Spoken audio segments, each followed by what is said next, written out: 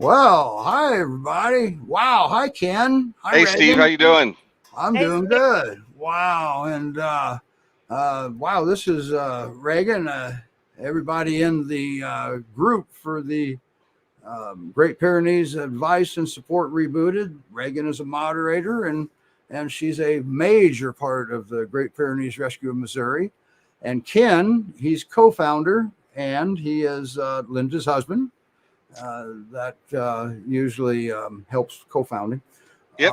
And we have a big show, and everybody, just like I had hoped I would predict, this is Gary Marshall, and he owns the group Great Pyrenees Advice and Support Rebooted.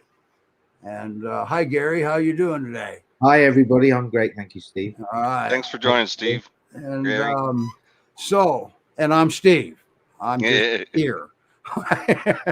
I'm the one that does the posting, and that's why you see my name out there, because Gary had to make me. And let me make this clear to you. Gary had to make me an admin of the group so we can stream to your group. Now, if you report a post or something, you don't report it to me, you report it to Gary. All right. So, and that it can have some confusion sometimes. So, and so we have a big show, but first, we have somebody missing here tonight, and we have Linda missing, and that's why Ken's up here, and Ken's going to talk for a second about that. Yeah, so I'm not as pretty as Linda or as funny as Linda, but she's she's unable to be with us tonight. We had a bit of a family emergency. She wants to extend her her thanks for the prayers and support that she's received. This is kind of something that happened very quickly and kind of caught us off guard. So, but with that said, as Steve had mentioned, I'm a co-founder. Linda and Reagan do all the work. I just kind of sit in the background. But once again, I thank you guys for all joining, and I think this is going to be an amazing show. So back to you, Steve. Well, thank you, Ken. At least we're going to try to have it a pretty fair show. And now, everybody that is watching, a lot of you are familiar with the behaviorist that is the group's expert, Roman Gottfried. Well, we're going to bring Roman up to say hi for a second. And then, hi, everyone. Hi, Gary. Hi, Roman.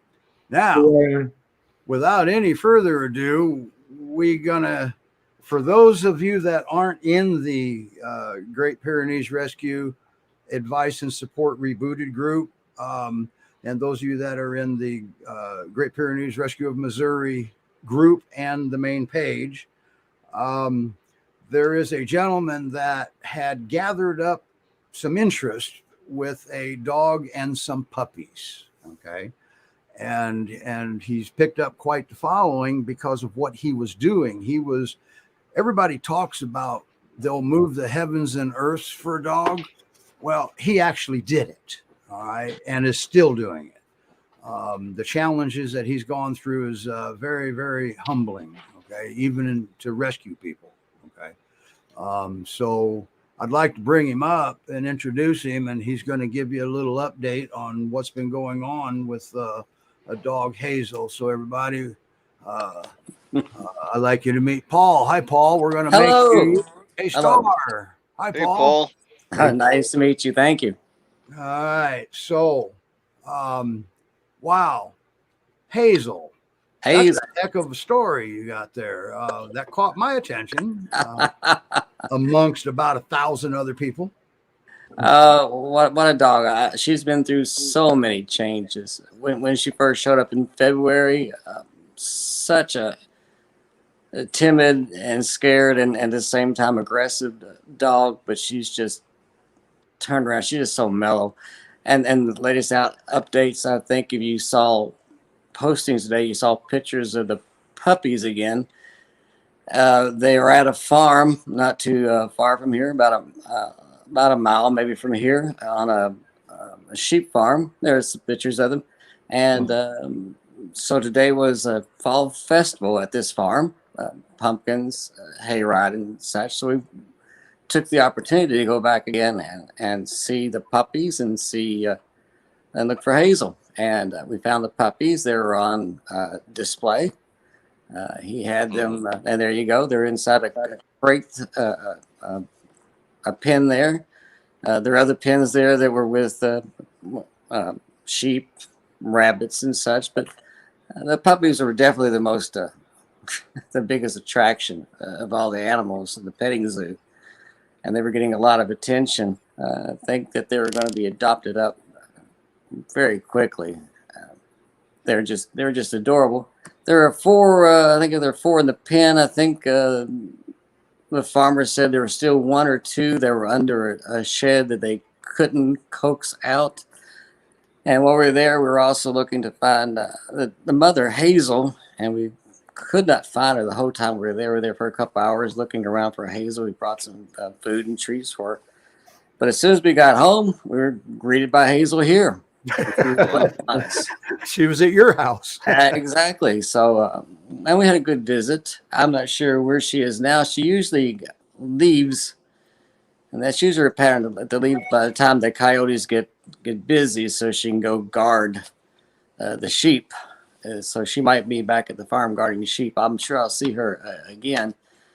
But we had a really good time once we got home. Went up the fields. We played.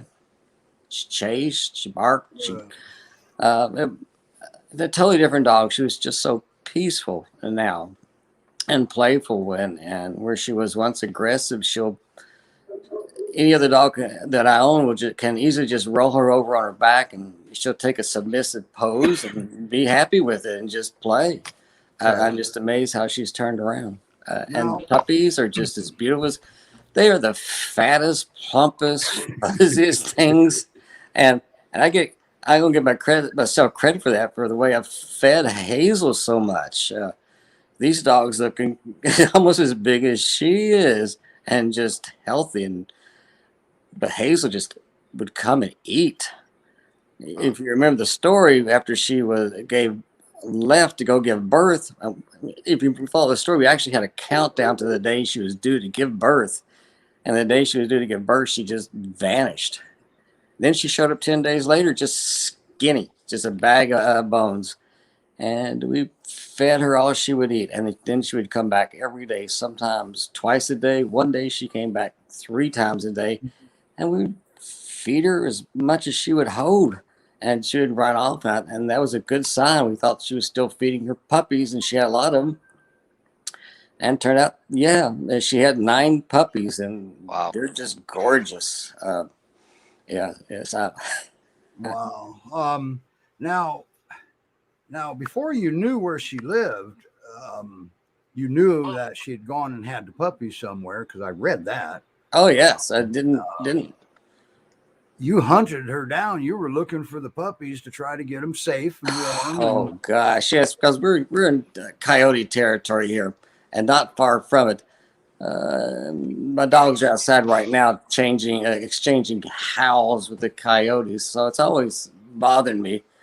So yeah, I would go on long hunts for her. And this is Kentucky. This is thicket Kentucky. This isn't like walking through the woods. This is fighting your way through the underbrush. Kentucky is mostly a lot of invasive honeysuckle now, which is a plant that just interlocks when it grows together. You just have to fight your way through it. So every foot you fight to get footing, and and you have to cover the area probably every in a grid work every 6 feet, because you can't see that far. So I would just search and every tool I could think of. I went out and bought one of those thermal imaging scopes. They're pretty handy. Wow. You can scan around. If something's alive and has warmth to it, it pretty much lights up. So I could cover a lot more territory looking through the scope. But all I was finding with my own dogs and bunny rabbits, I never found her. Well, I got a question. Let me get this straight. Did you just say you bought a thermal imaging scope to find these puppies? Yeah. Not the. There are a couple kinds. There's like one you can just attach to your cell phone, but this one is it looks pretty professional, and it does a fairly nice job. Yeah, it's a nice one. Now, what I'm going to do with it now, I'm not sure. Find more puppies. More puppies. Yeah, and I tried things like bait, and I tried dye packs. Maybe I could dye her and follow her. And one day I actually caught her coming out of the woods. I tried to follow her. Did you see the story of that where she took me on this? It was like a snipe hunt or something. She took me out in the woods, and I was a mile away from home, and she took me through she got in the creek and started going out of the creek, and it got deep, and she started swimming, and I was trying to wait, and I just couldn't keep up with her, and I just finally lost her, and she might have been taking me to her puppies in a roundabout way. We still don't know exactly where they were giving birth. The stories that I don't think the farmer who had her kept very close tabs on her, so it's kind of unclear when she went missing and when she came back and where she first had the puppies. And apparently the puppies were on the farm, moved in a couple of different places, a couple of different farms. So she may have had the puppies off of his farm and brought them back at some other time. It's hard to tell, but she's done a good job about keeping them safe and beautiful. And she's a first-time mother. It's just impressive as can be. The trouble she's gone through. She's a good-looking little girl too. Yeah, and to think that she would come here to eat, and the trail she took. I mean, even though her farm to farm was like 3/4 of a mile, the trail she took was so torturous. It was definitely over a mile torturous path to get back to her puppies, and she would do that twice a day, make the trip. Well, I finally tracked her down was a GPS collar, and I was hesitant to use it, of course, because I'm saying, well, it's going to get caught in the fence row, and it's going to lose contact with the satellites at some point, and it's going to lose contacts with the cell towers at some point, and all those things happen. The GPS collar is lost in a fence row somewhere where I don't have access to, so it's gone. But it stayed on her long enough, and there were enough points where she could get a message out to the cell towers, and that I could follow her, and she led right to the sheep farm, and it was amazing how quickly she did it. I tracked her. It was 19 minutes to get the distance, and for me, I think it would do the same path and take 2 hours. It was just amazing. But of course, she go through those little tunnels that she's made in all the brushwork. So she's just an amazing dog. I'm just proud of her, even though she fooled me so many times, gave me the slip. I bought a surveillance camera system and set up on the farm so I could watch where she go. I could watch her go through the fence row, go through this fence row where she went to, and I would try to follow. And she would give the slip to my other dogs. So I got 3 or 4 other dogs here that would try to follow her, and she would weave in and out of the fences. I made a post of an amazing path that she took, where 4 fences converged together in a corner, and then she would go in and out and around, and she would lose the dogs that were trying to follow her. She would amazing. It would give me you hear this, everybody, what he is saying, everything that he went through to make this dog and her puppies, to try to make them safe. And from what I understand, you've got a few health issues yourself, don't you? I do. I've had 2 heart surgeries and 3 valves replaced. So, yeah, my day is kind of short. So if I spend several hours looking for Hazel, that means that I'm not going to be working on the fence that day. So it was always a toss up. Do I want to work on my fence to keep these dogs safe, or go hunt for Hazel? And it was always a big tear. What do I do? I want to do both, but I can't hardly. But the fence is coming along. It'll be done. It rained today, or it was hoping to be done tomorrow, so maybe it'll be done on Monday. I'm mostly doing it myself because it's just hard to find professionals here to come and work. Now you did have some folks come down and help, though, didn't you? Volunteers from this group, wonderful people come down and help. Yes, indeed. And it's an amazing group. And some great friends. There are some very good people in this group, very supportive. Even the people who couldn't come down personally gave me so much inspiration to keep going on days where I was ready to give up hope or didn't have the inspiration to go out and work. They would say such nice things that I would find the energy. Yes. Yeah. And yes, wonderful people came down to help. Yes, and indeed. And it's coming along, and everyone should take pride in it. And hopefully people can come down and, take use that there's a fence back there. Yes.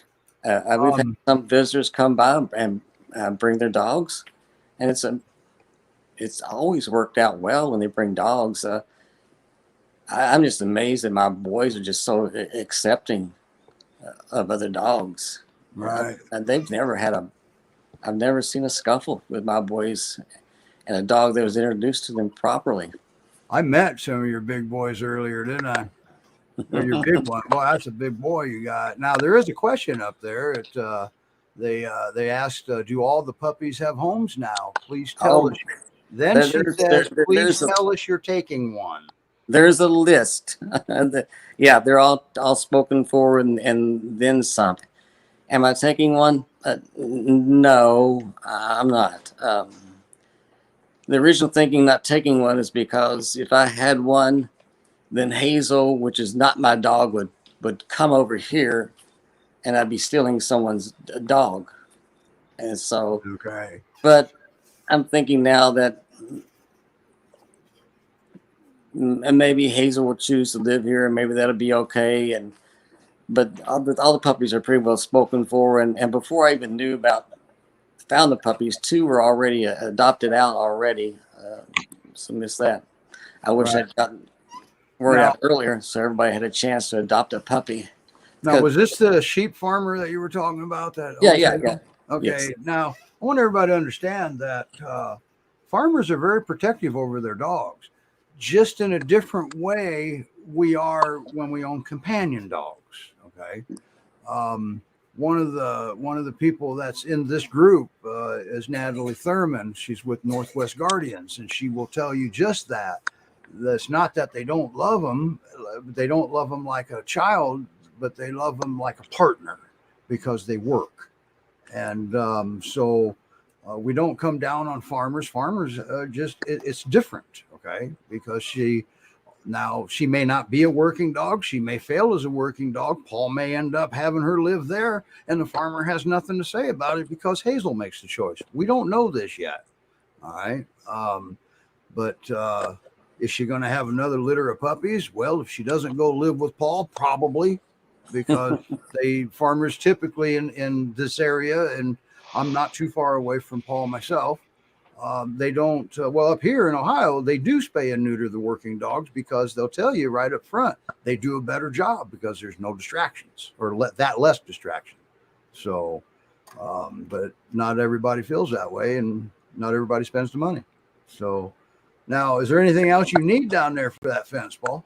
Oh, no, not a thing. The materials are bought, work's underway.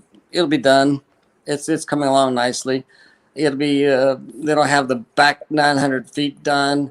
When I first moved to the farm 25 years ago, I did that 900 feet. Then I did another, 1,200 feet on my west side. That was good.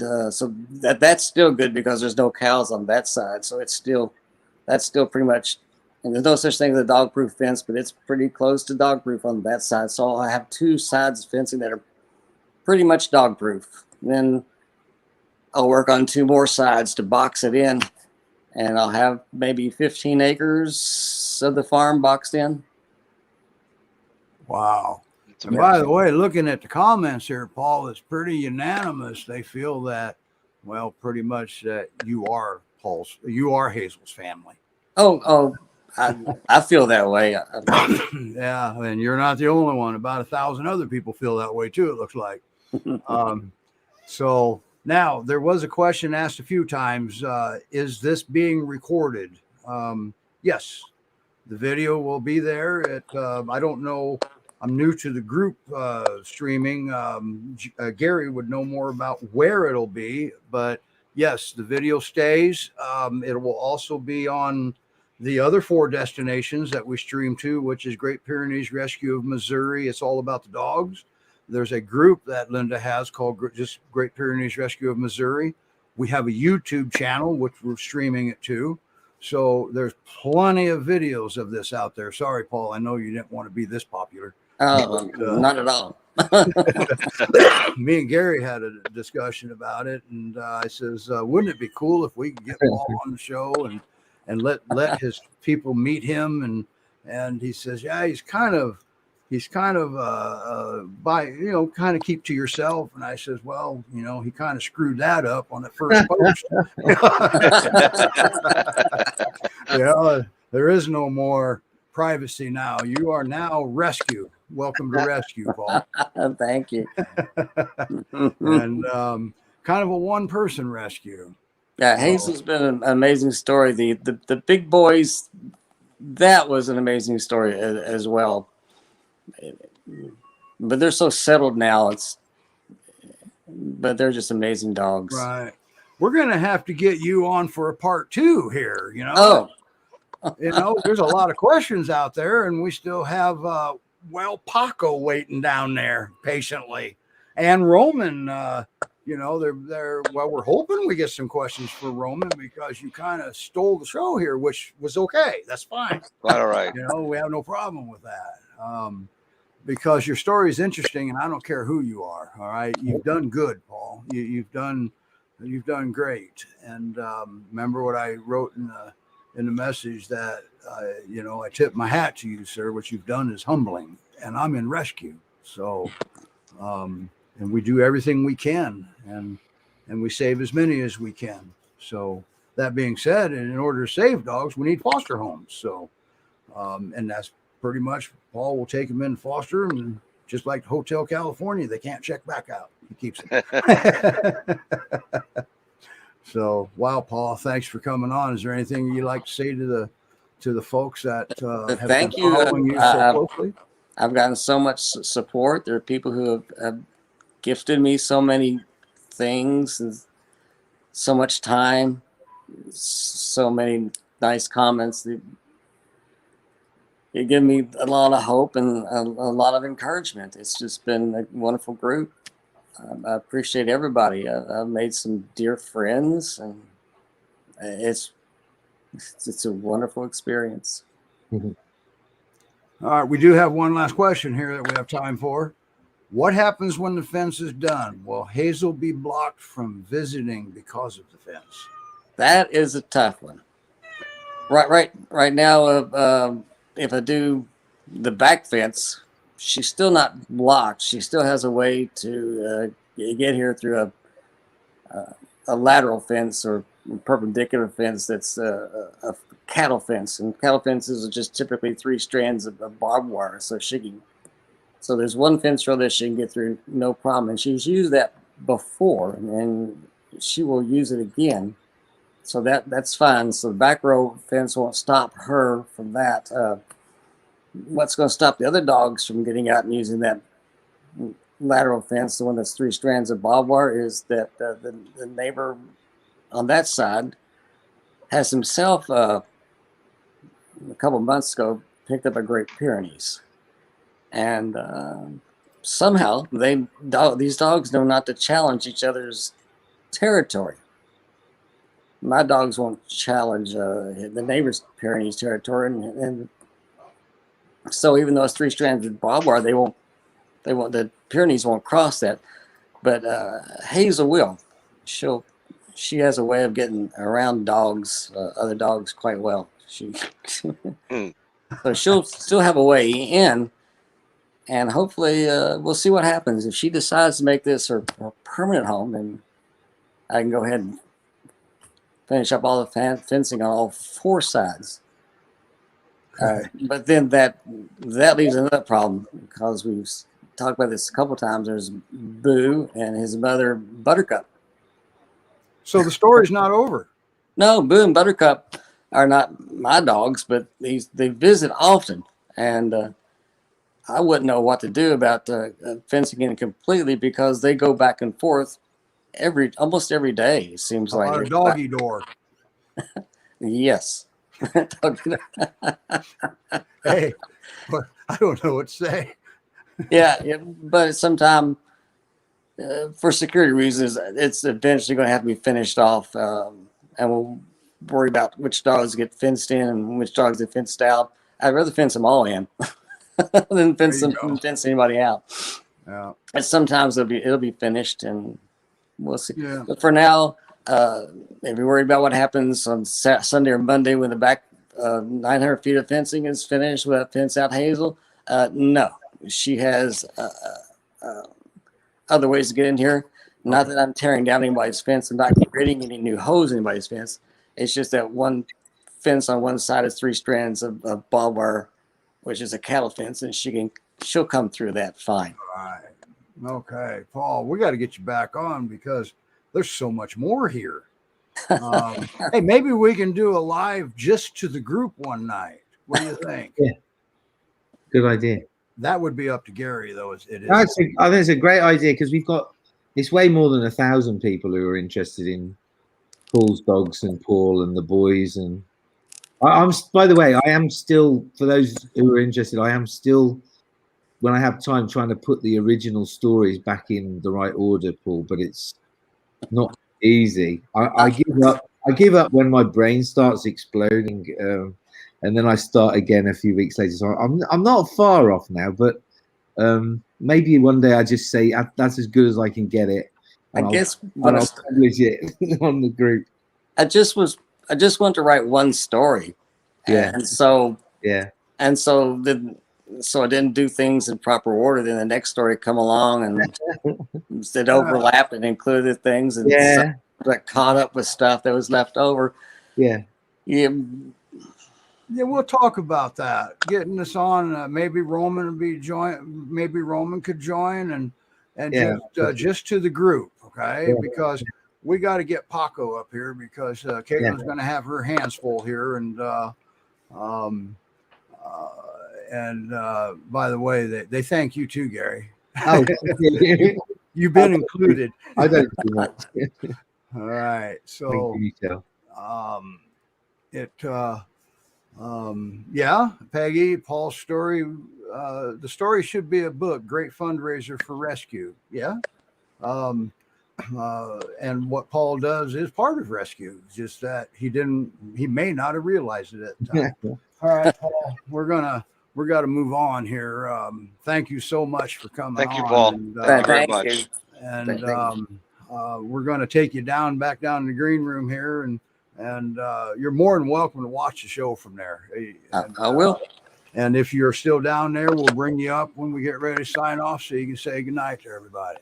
Thank you. So, thanks for coming on, Paul. Boy, I'll tell you, what a Paul. show. Wowzer. Ain't that something? That was amazing. Exciting. Yeah. That's amazing. Just an amazing journey. Wow. Anyway, moving forward here, we're going to bring up our star. Okay. We do have 2 stars on tonight. And we did a little video for him. It's a little short one. You guys saw it as a preview, but here we go again.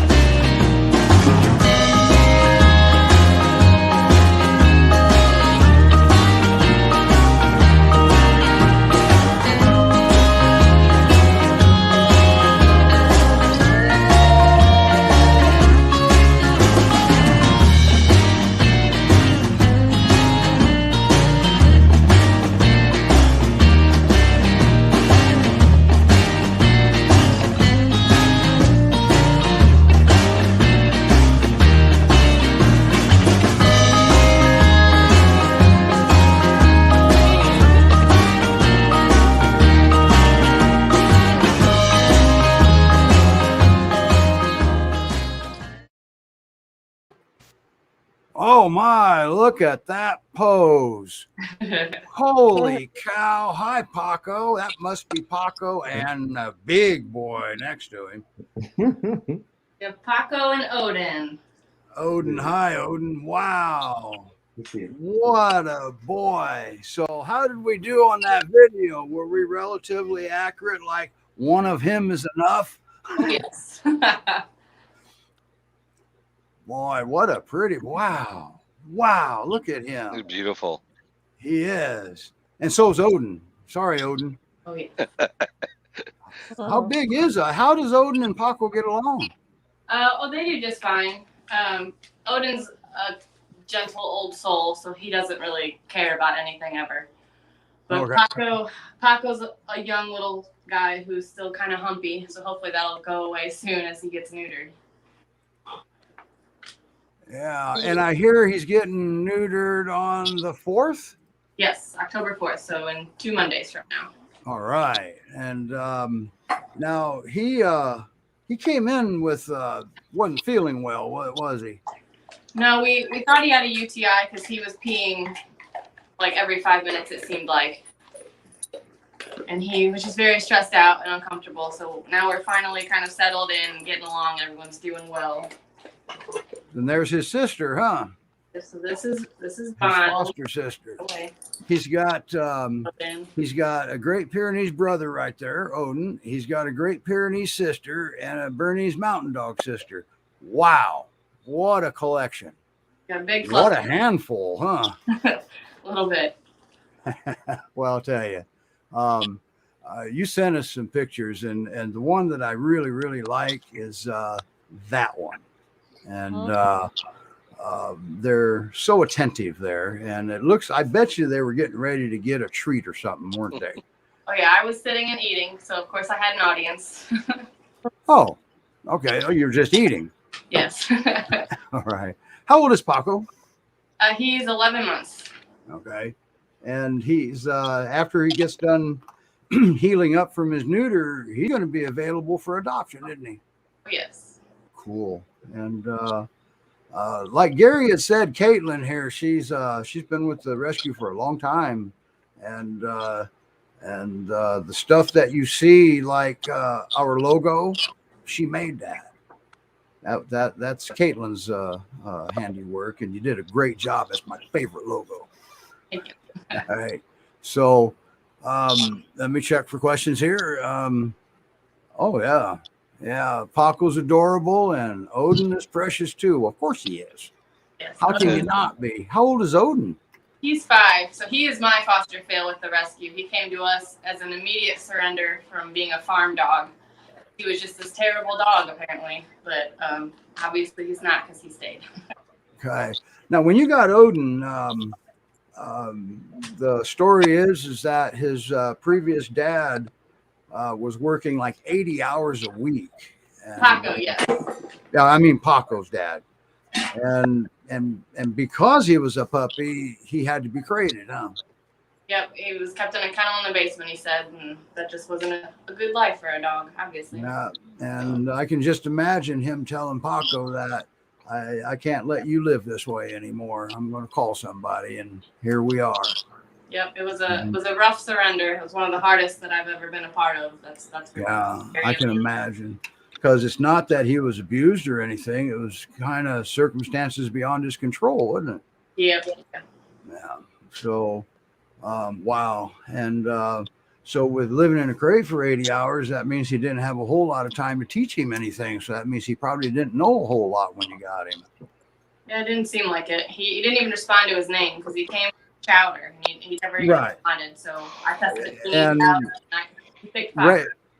Reagan explained that you guys gave him a new name to go with his new life, and that was Paco. Yes. What I felt like he liked the most out of all the ones I started calling him. All right. And so now how's he with cats? You have cats? I do not have cats, so we don't know. Okay. So we don't have a history of cats or children, probably. He is young. I would be hesitant around young children, obviously, because of his activity level. And he looks like a loving boy. It looks like he's settling in here. Yeah, he's very good. He definitely takes to me the most, and he wants to be around this person at all times. Okay. We have a 2-part question. How much does Paco weigh? Paco weighs about 56 pounds. And how much does Odin weigh? That's part 2. About 140. Wow. Okay. And Melissa says that he looks like a Paco. Yes, he does. Good choice of names then. So I call him my Paco Taco. by the way, I'm not apparently I'm not the only fan of the logo you created. Melissa likes it too. We made door magnets out of those. Were you aware of that? We made door magnets. I did not know that. That's pretty cool. Yeah, and so I'll show you pictures one of these days, or maybe Ken will. I got to send some out to Reagan. Sorry, Reagan. And you'll probably, what's that? Send them to me, I said. Yeah, we're going to send them to Reagan because Reagan does a lot of transport. She gets around. Yeah. So there's 2 sets right now. I got, Melissa's husband, since he transports east, and we're talking not just to Missouri, east, Maryland, whatnot. He's got a set on his car. I've got a set on my car because I'm special, I guess. But the other 2, there's 2 more sets. So, and then Reagan's going to disperse those. And then there'll be more. So see how they like them. See how they hold up. So anyway, are we accepting applications for Paco? Yes, we are. Okay. And that means if you would like to inquire about Paco, there's where you go. GPRescue.com. It's happening. That's exactly where it's happening. And you get to see that cool logo again, too. All right. So, and he turned into a little bit of an expensive young man, didn't he? So, I mean, he had to go to the vet. So if you want to donate in his name, there you go. You can go to GPRescue.com. You can donate in his name even. Or the others, because if you go at GPRescue.com, you're going to see there's more than Paco. We try to feature a different dog each week, and Paco was the star this week. And he is a star, isn't he, Caitlin? He sure is. He's a ham. Is there anything you'd like to add? You've taught him quite a bit. I love the handshake and the down, and was it challenging for you, or was he an easy learner? Not too bad. He's very treat motivated, so he's a quick learner. He knows those tricks. He's just now starting to finally tell me that he needs to go outside, or his way of telling me. That's good. He knows our doggy door. He figured that out first try. Let's see. He eats with others. We all eat dinner together. He does have some minor resource guarding issues, but I think we're getting over that the more that we share with everyone here. Okay. And he's, he lost his home, lost his dad, and he went into a new home. All of a sudden, there's 2 sisters and a brother. Yep. I'm not surprised. He a little protective over his food in the beginning. And but you're doing a great job there, Caitlin. He's really, really coming along. So he's coming up soon. Better keep your eye out for him. He's going to go quick, I think, especially with that pose you had when we first brought you up. I was telling that video, come on, hurry up, video. I don't want him to move. That's what I was telling him. Don't move. Yeah. Now, Lori says she may need to get Roman to help with her too. So, because that way she can start fostering. She would love to help more that are in need. Lori, well, we'll have Roman address that here in a couple minutes. That's partly why he's not here to be silent. It's just that, well, we need to do Paul in probably 3 parts, Gary. Yeah. Yeah. So, wow. And look at that, girls. He's got a nice butt too. Look at that. So there we go. Boy, he's a good looking dog. He's got a beautiful coat. Do you have a projection on what he could weigh when he's done growing? Who knows? He's pretty small for an 11-month-old, especially at only 56 pounds. So I don't know how much bigger he'll really get. Okay, so he could end up being a little pocket peer. Yeah, which is nice because I can easily pick him up and just throw him in the car. Yeah. And he looks like a peer to me. I don't really see it. Of course, I'm not there live. I'm kind of live, but I don't see any other breeds in him. Do you? I feel full peer. He's got double dew claws on one of his back legs, so he's at least got one double dew claw. Ah, and that could come from inbreeding somewhere 5 generations earlier too. You just never know. But and his size could too. But with all the breeding going on nowadays, you can. Back when I started with the peers 32 years ago, they only came in 2 sizes, male and female. All right. And now you can pretty much call up Reagan and order any size peer you want. And pretty much color too. So, Caitlin, do you have anything to add about him before we let you down? I don't think so. He's okay. A good boy and he means well. He's doing great, isn't he? He's just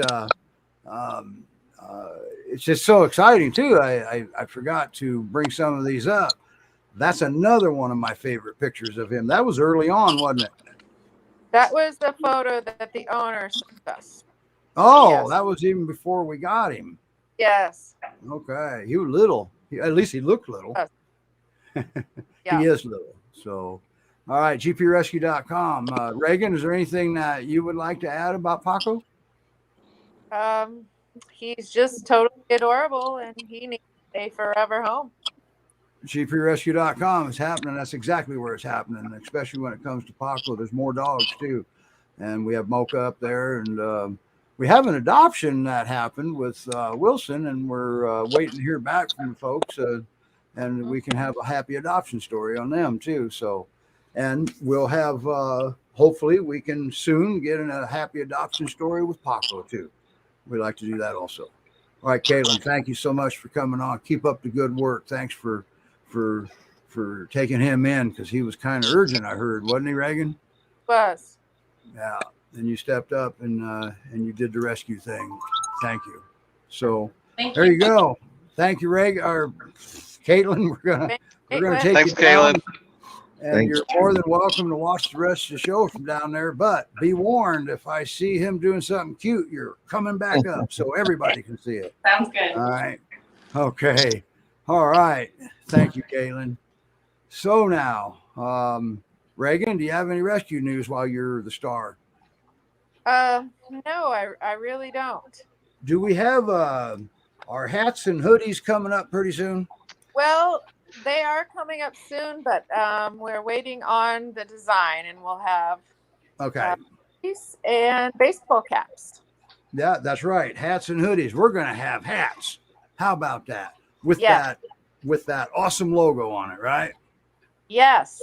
Boy, I tell you, I really like that logo that Caitlin came up with. She did a fine job. Yeah, so Steve, we're going to try to get those out within the next week here, so everybody start to look for them. There's Ashley. Hi, Ashley.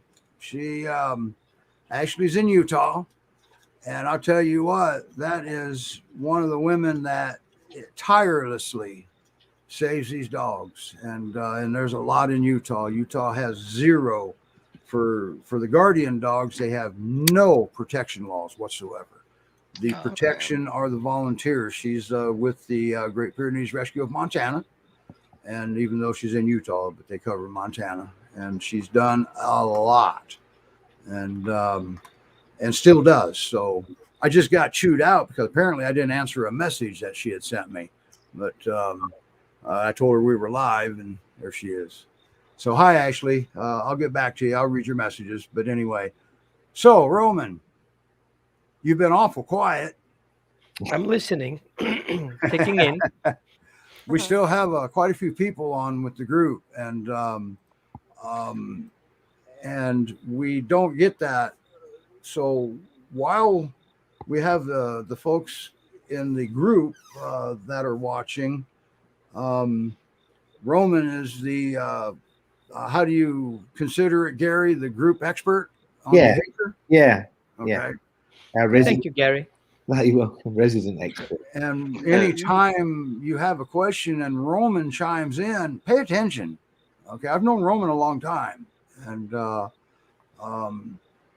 pay attention because you're always going to learn. And we have him on because he's here to answer your questions. And there's a lot of questions on the group, and as the group realizes that we're here, because it's a very active group. You got 27, how many members? 27,000 members? Like that. It's not just that. The engagement is amazing in this group. How many people come every day? So, yeah. So when somebody asks a question, 5 minutes later, it's buried. You can't scroll fast enough to get to it. Yeah. And so here's the show. This gives you the opportunity to be able to get this addressed, and if he can't address it there, then he can set it up, and you guys can have, one-on-one sessions like that. And Roman's very, very good at this. That's what Roman taught me. I've been working with this breed since 1990, but I had to be there. Okay, and what Roman taught me was I didn't have to be there. I could be there virtually, and I tell you what, it's amazing. Now you can't do it 100% of the time, but a good portion of it, you can be there virtually. All right. And look at there. It's already a question, Roman. I didn't see it. That was quick. It disappeared. There it goes. Okay, I see it. I'm not doing it, I promise. I got it. Okay. So what do we have? How can I help my 5.5-year-old Olaf to stop having anxiety when we leave? Okay. His anxiety is so bad, he opens doors and lost it. Doors and windows and jumps outside. Okay. So we have a severe separation anxiety. And separation anxiety can have many levels. And I don't want to waste your time now telling you what kind of types of separation anxiety is, but it seems your dog has multiple types, multiple roots of that separation anxiety. One can be medical. So the dog feels the need to be with a person and it doesn't feel comfortable. Age would explain that. The second one will be conditioned. For example, the dog has a job description that means I need to be with my people, which is a breed trait. And then something else can come to the equation that the dog had a bad experience while people were away. And certain needs were not met. And now the dog goes into a PTSD response. If people need me, if people are away and I don't have access to my people, something bad's going to happen. So giving a direct answer would be difficult in that case. So I would say definitely something to address is changing the thought. So you have to see that separation anxiety is an emotion. Anxiety is an emotion. The root is separation, or it is trauma, or it is food related, or it is medical trauma. There's so many aspects of it. So if you say separation anxiety is an umbrella term of multiple types of anxieties around leaving a dog behind or leaving away from the dog. However, everything is based on what the dog feels about it. So one good approach to start with is understanding when exactly is the trigger, when the dog starts thinking you're going to leave. And could be things like I'm taking a shower and I always take a shower, but if I leave, I also do my hair blowing. That could be a trigger. It's not just taking the keys, it's taking the keys and having done a shower. And it's in the morning and the kids are in school where you usually don't come back soon. So all these things happen here. And if we want to work on that, we have to identify exactly all those individual triggers. When does it start? When was the first time of separation anxiety being visible? There are different ways, and easy way, and most people kind of misinterpret separation anxiety and start giving medication, which can cause separation anxiety in addition to that. Okay, so the answer would when he sees me get dressed. So one approach would be helping the dog understanding that dressing up is not going to keep you out of the house. So start working on getting dressed, everything ready to go, and then undress and put things back at the side. On the other hand, what we can do here is we can get dressed, have the dog something to snack, go to the door, come back again, and take the clothes off. So we see that just because I put my dress on, I'm not going to leave. I'm not going to leave if I go to the door. I'm going to leave if I open the door and close the door. Now, there are different things that can backfire. Reward can backfire because you cannot reward or counter condition an emotion. You have to change the thoughts about it. Okay? So, can you address with counter conditioning a behavior? Yes. But if I give you lots of cookies, will you love your neighbor? No. You can pretend you love your neighbor because you like my cookies, but you don't love him really. And from the same thing comes with the dogs. If a dog is afraid of you leaving, trying to condition that is not going to work because the negative thought is what caused the anxiety. So, what happened? We have to look into. It's more important as what the dog shows right now. Do we have a trauma experience in the past? Did something happened? Did we suddenly have to leave and didn't come back as usual? So a stability in the routine is also important to help the dog going through.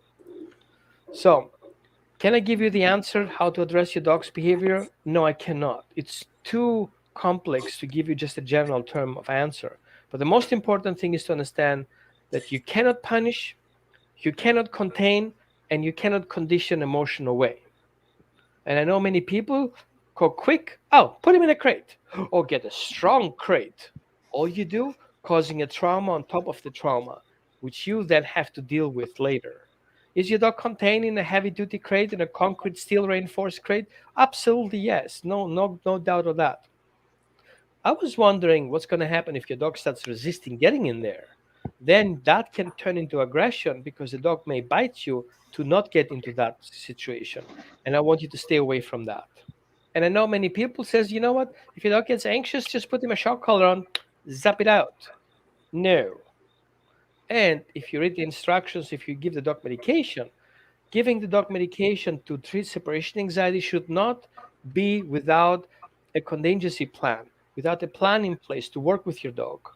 Sometimes it's helpful to get the dog away from these severe negative thoughts and depression, but sometimes it can be a negative thought as well because anxiety and medication can also cause anxiety, especially on guardian breeds. So you should consult a behaviorist? Yes. You should consult a veterinarian? Yes and no, unless he's a veterinary behaviorist. Unfortunately, veterinary behaviorists are quick to grab into pills.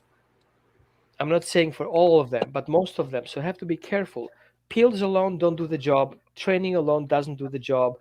It has to be a complete system. Sometimes with medical support, sometimes with the consistency, sometimes you have to sit down and keep track of protocol. Today, 1 minute, tomorrow, 1.5 minutes, 3 days after, 5.5 minutes, and work your way up. Sometimes you have to take a vacation to work through these situations or have somebody else step in for you and help you out in this kind of thing. But it's too much to just put it one in one pill and put it in there.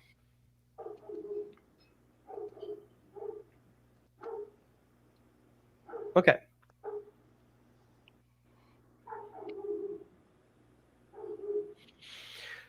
Okay. A big situation that I see here is dogs being all the time in the house and get this free affection when they come up. So we create that rule. I'm always here for you. Whenever you need me, I'm here. So the dog comes up, reinforce that he has to be with you all the time. That, yes, you can reinforce that and you can reinforce it away. Tell your dog, I'm not available right now. How about you stay on your place and I get back to you if I'm available? And you create another job description around that. So if that becomes a situation and then the dog doesn't have access to you, then it becomes an emotion and then you have a problem that you cannot condition out of it until you work around the issue they created. Make sense?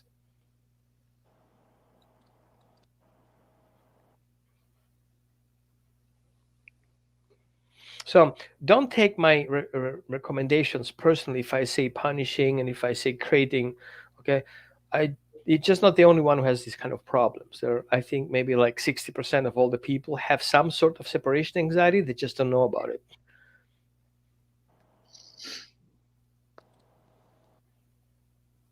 So another question. Adopted PT from Great Pyrenees Rescue in Wisconsin. He is the best boy and we love him to pieces. However, he barks recently in the car at mailboxes and some trucks, but will walk right past them, right past the same thing with no reaction. So everything happens when he's in the car. Mhm. Okay, good. So some dogs get very excited about the car, and that excitement can help cause the dog not being able to process what's happening in their environment. Now, don't take me wrong. I'm not saying a dog is naive, but sometimes mailboxes look like people if you don't see it the right way. Sometimes a car can look like a predator because of the way the car is designed. Sometimes a garbage bin can be a threat. Sometimes a plastic bag at the side of the street can be an issue. Okay. Now, if the dog gets stressed getting in the car and his perception is kind of down to the minimum, everything that he sees that's out of the ordinary can be a trigger. So may your dog walk past by a fire hydrant and kind of like pees on it, but if he sees the water hydrant from the car, it looks like a person. And if you want to test it how it looks like, close your eyes together or put some paper in front of it, like these clear papers, and try to identify what it is and what it looks like. You will be amazed how things look weird when the brain doesn't really process enough information, especially if a dog is not really focused on seeing but on smelling. So some dogs are more scent oriented, so they focus on scent more. And if the stress kicks in, then the visual goes down and the scent goes up and the listening goes up. And other times, having a dog being reactive in the car can be also kind of a guarding behavior because he has so much pleasure in the car and he wants to guard that. So, one way to start addressing that is to work with your dog on a cue that invites him to not pay attention on the road, so focusing attention to you. Now, because you're driving the car, of course, you shouldn't do that yourself. So you should need a companion that will help you out. It can be you driving and a partner helping you out. So you're going to start with a quick exercise. Everybody can do that because it's very handy.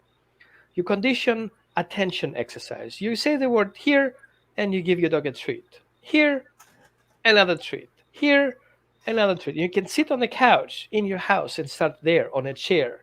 So you assemble that your dog is not really facing you. So sit on the table regularly, the dog is behind you. Say here, give your dog a treat. Or you can say here and toss a treat in the back. But for this exercise, you can only have one dog at a time. The other guys should be away and not on side. So they're not getting involved with the treats or fights and kind of that stuff. Then, once the dog gets the hint that here equals pay attention, something is going to be thrown, you take that into the car. So you park in the car, get your dog in the back seat, and start tossing treats. Now, watch your treats. You don't want them to start becoming an issue in your car with safety and, other issues. Just use treats that are big enough for your dog to find and kind of get used to where you throw them, right? Now, start in the car and start tossing the treat. Say here and toss a treat. And then once your dog gets comfortable and already pays attention, you can see that in the mirror, then start rolling your car. And once in a while, say here and toss another treat in the back. Guess what's going to happen? Every time you say the word here, the dog doesn't give a bark about anything, pays attention to you. Now, the other thing that can happen is, what happens if you're running out of treats? Good question. You don't do this 100%. You can also give affection. You can also ask your dog to sit before you toss a treat and start creating that as a job description. Hey, we're going for the walk. I can ask you all these fancy things to do. But don't forget, if a dog's driving the car causes the dog anxiety, remember, anxiety is an emotion and you cannot just condition it out. Make sure you desensitize the car itself for not being the problem. Getting the dog in the car, going to the vet, snip, snip, poke kind of thing, not like, or you take the dog in the car, going to the groomer, snip, wash, stink, and all this stuff, right? So you want to make sure that the dog likes the car and is not going to the car because he's afraid that something bad's going to happen in the future. Make sense? Okay. Let's all right. We're in a situation here. We've got more questions coming in, and the hour is over. What do you want to do? There's still a lot of viewers watching. Ken, your thoughts? We can continue, Steve. Okay. Gary, you good? Oh, you're muted. Sorry, I need to drop off, but Okay. well, it's been really good. And I'm going to bring Paul up because I almost forgot Paul. So Paul, I'm sure, wants to say goodnight because it's 10 o'clock where he lives too. Good night. Night, I have a Paul, problem here too because it's dinner time.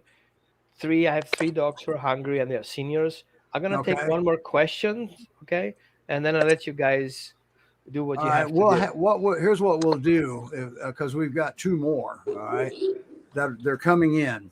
What we're going to do is let Gary pick which one. Okay, Gary picked the question. Well, I was going to pick them in the order they came, but we can actually pick them by severity here. All right. Where to But go Steve, here? we could also mention that we're broadcasting every week, so we invite everyone to join us and get your questions in. We appreciate your attendance, and let's keep it going. Every week we're here. Right here, 9 o'clock Eastern time, 8 o'clock Central time, so on and so forth. 6 o'clock Roman time, which is Pacific time. Okay, so now, so we're going to go ahead and go because Roman's got to go too. But we're going to be back, and we're going to see if we can't set something up where Roman maybe can have a set time himself to come on. Okay, that'd be between Roman and Gary. Okay, maybe we should pick which time would be great. Maybe on a Monday or something. Yeah. Okay, Yeah, Saturday you guys night's pick a our time, but hey, it's up to Gary. Well, if there's a demand and the questions keep coming, then let's do that. Yeah, maybe middle of the week so that it's sort of a few days apart, and maybe Wednesday night or something. And here's what's happening sometimes. Some questions maybe look different but have the similar answer. So we can group answers. We can group things that are related to anxiety. We can group questions that are related to reactivity or aggression. Most of them have one common denominator: secure attachment relationship. So even if you don't get your answer answered, if you follow and listen to that, you will learn a lot. And put it in your folder. Keep notes. Put them in a folder. It will pile up that information. You can help your dog, even if you don't have a problem right now, but maybe in the future. Yeah. Okay. So, can I just say? Caitlin, thank you for coming on. Reagan had to go. She said goodbye silently. Oh, she's back. She didn't mean to say goodbye. There you are, Reagan. Yeah, I'm just trying to say something, Steve, before we go. Okay. I'm seeing people at the bottom saying, "Who do we send our questions to?" Yes. And I think if we could gather the questions in advance, it would be great because Roman could look at them and say, you know what? I've got 10 questions about resource guarding this week, and I've got 9 questions about aggression. So what I'll do is I will look in the group, in the advice and support group, and find a way where you can put your questions in there. Okay. And then, so you just go in, write your question down, and we'll work out how to do it. I don't know the answer right now. Then that'll be I have a form that's actually we did for that. I don't know if you saw it or not. We can make adjustments to it just for this. Okay. So we'll find a way, and we'll put it up in the group as a pin post. This is how you do it. Okay. All right. Okay. Now, Paul. Hey. You've been great. We're going to want you back on. Are you willing to do a part 2 with us? And because you got a lot going on there that people want to hear. Okay. Well, we'll do a part 2 or 3 or yes. That's awesome. I love it. All right. So there you have it. GPRescue.com.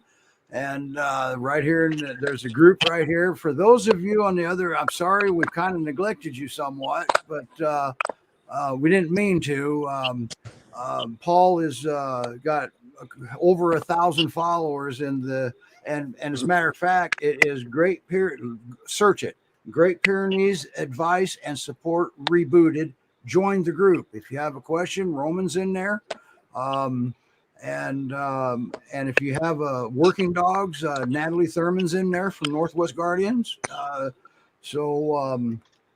It's a good group, and there's a lot of good advice in there, and it's monitored, it's moderated closely, and they do a very good job in there. I'm very, very impressed with the group, and nice work, Gary, and Reagan and Linda and all the moderators, and once again, I'm not an admin. Gary's got me as an admin only so we can do the show. Okay, Facebook has rules about that. So, wow, we had a very good show tonight. Thank everybody for coming on. Paul, thank you for coming on.